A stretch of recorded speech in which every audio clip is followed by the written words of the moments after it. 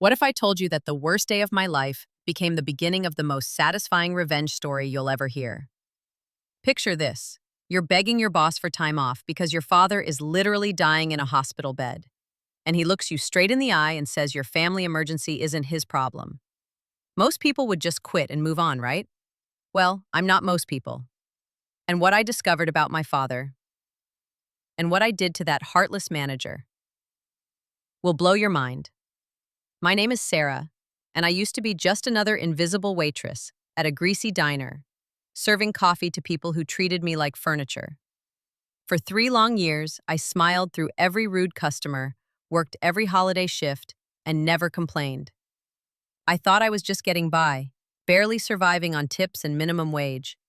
But everything changed the day my manager, let's call him Rick, showed me exactly what kind of person he really was. Picture the scene. I'm standing in that cramped, fluorescent-lit break room, still wearing my coffee-stained uniform, practically begging this man for 1 week off. 1 week. My dad was in room 247 at the hospital, hooked up to machines, taking his final breaths. This was it, the end. And I needed to be there.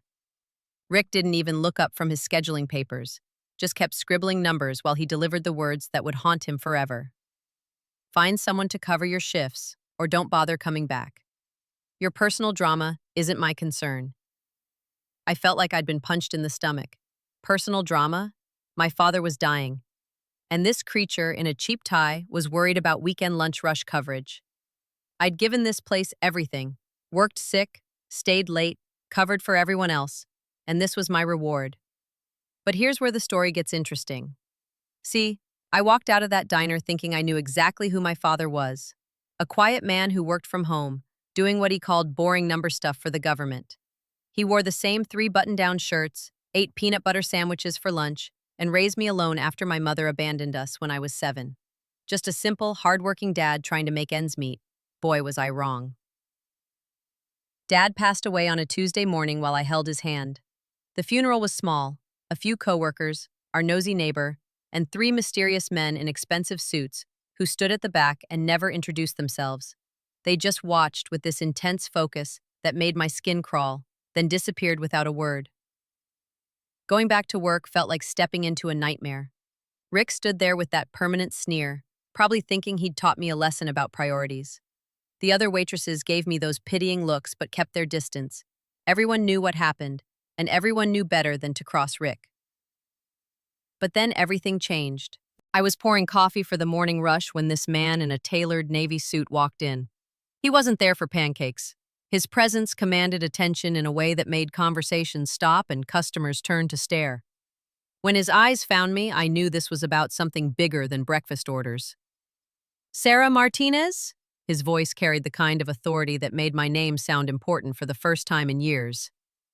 I nodded, suddenly aware of how ridiculous I looked in my grease-stained polyester uniform. "I'm Director Collins with the Treasury Financial Crimes Division. We need to talk." Treasury Financial Crimes. Government business that had absolutely nothing to do with diner waitresses or people like me. Rick appeared beside us with that fake smile he used for customers who might complain to corporate. "Is there a problem here? Because Sarah just lost her father and she's been emotional lately." Director Collins fixed Rick with a stare that could freeze lava. "Actually, there's no problem at all. Miss Martinez, could we speak privately?" I untied my apron and followed him outside, leaving Rick standing there with his mouth hanging open like a fish out of water.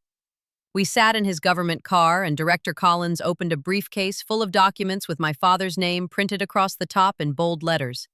What he told me next completely shattered everything I thought I knew about my quiet, simple dad. "Your father was one of our most valuable undercover forensic accountants for 15 years. He conducted covert audits of major corporations suspected of tax fraud. His work was so thorough, so methodical, that we built entire prosecution cases around his findings." I stared at those documents, seeing my father's name attached to cases involving millions of dollars. This man who wore the same 3 shirts and worried about grocery bills had been living a completely secret life as some kind of financial detective. "The company you work for," Director Collins continued, pointing toward the diner, "was his final assignment. This place has been systematically evading federal taxes for 8 years. Your father documented everything, Shell companies, offshore accounts, falsified records, tip theft, wage manipulation. The evidence he compiled could put the executives in federal prison for decades. My world tilted sideways. I'd been serving coffee to criminals who were stealing from their own workers while my father secretly built the case to destroy them. But here's our problem, Director Collins said, his expression growing serious. Your father was paranoid about digital security. He encrypted all his findings and stored them in cryptocurrency wallets with access keys that only he knew. We've searched everything and we can't find those keys anywhere. What does that mean? It means 8 years of evidence just disappeared when your father died. Unless he left you some way to access those files. I thought about Dad's desk at home. Exactly as he'd left it.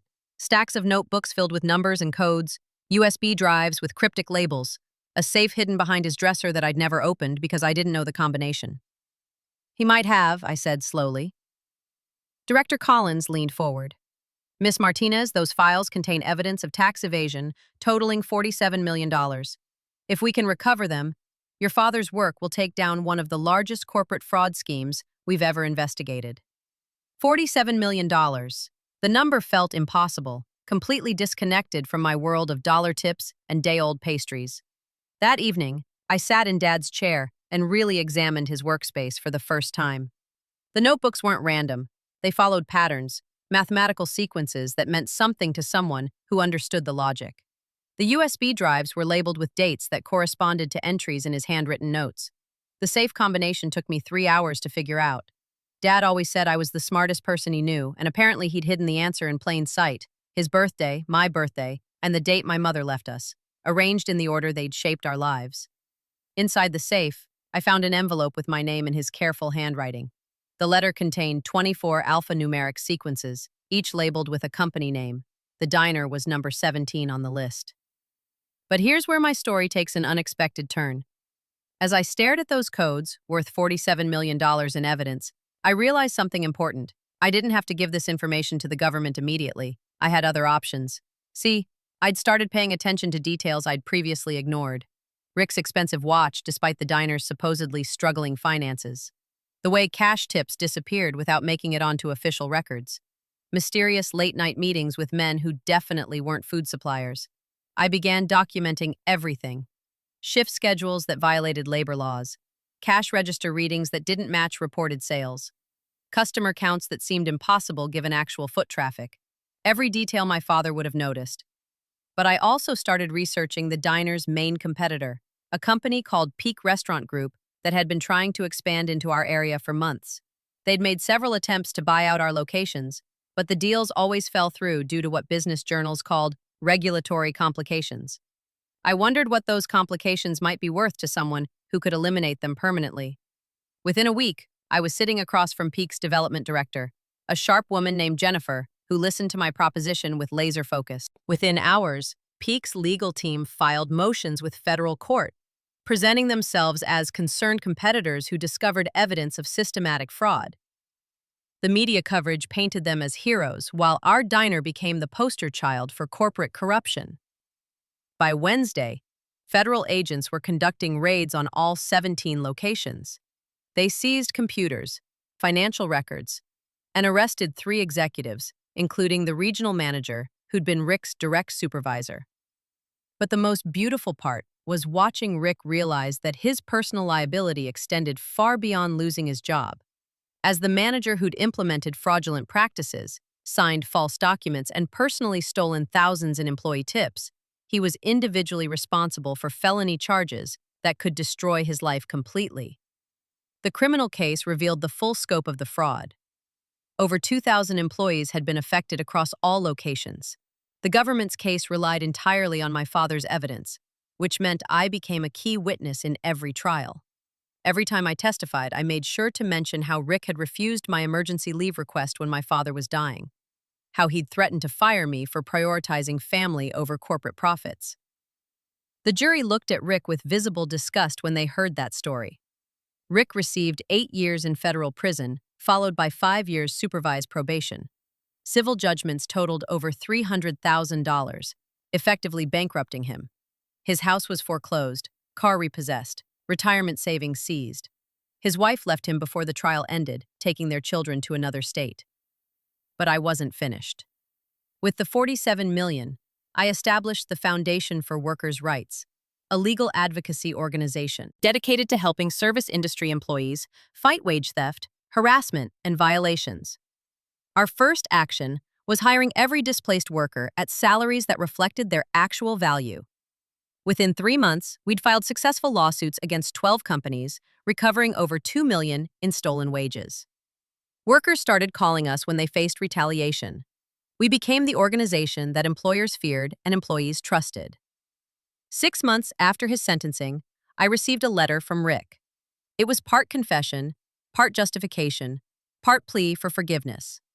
He wrote about growing up poor, feeling powerless, how having authority over employees made him feel important.